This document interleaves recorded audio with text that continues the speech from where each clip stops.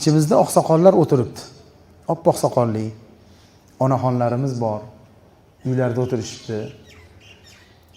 Qari bor uyda bir fayz bor, bilasizlarmi?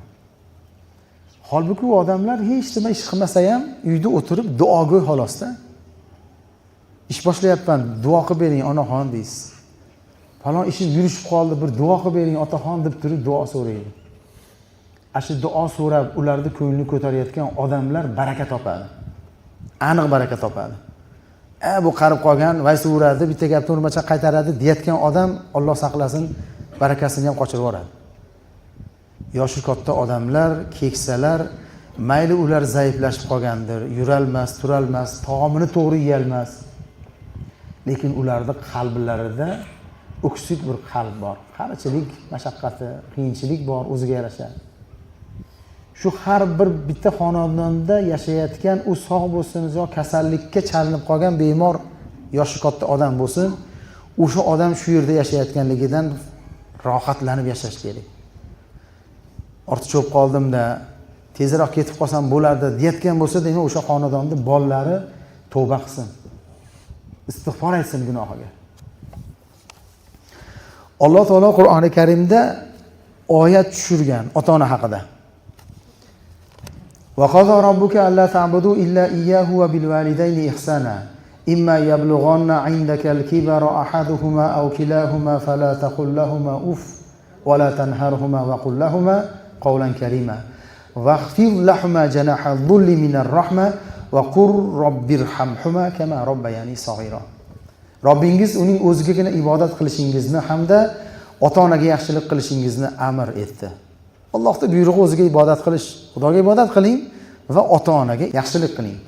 Ey inson, agar ularning biri yoki har ikkisi huzuringizga qarilik yoshiga yetsa, ularga uf dema va ularni jerkima.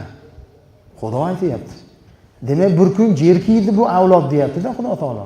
Mana shu bandalarda bir kun bittasi qari otasini, qari onasini jerkib beradi deb turib Xudo taolo bizga nasihat qilyapti. Ularni jerkima deyapti. Ularga doimo yoqimli so'z ayt. Ularga mehribonlik bilan xorlik qanotini past tut. Aytginki, duo qilgin. Ey Robbim, meni ular go'daklik chog'imda tarbiyalaganlardek, sen ham ularga rahim qilgin deb duo qilgin deydi. Oyatida bir ishora bor-da, ishora bor. Nima deydi? Oyatda aytadiki, "Vaqfil lahma janaha dhul." Xorlik qanotini past tut degan Xudo. To'g'ri tushunadigan bo'lsak, nima degani bu xorlik qanoti deganida? Insonda qo'li bor, qanoti yo'q. Lekin Xudo taolo qanot deyapti. U qanotni ham xorlik qanoti deyapti. Qo'lingizni qo'ysangiz, birov oyog'ini bossa ozor chekadi. Lekin qanot qo'yilsa yumshoq bo'ladi.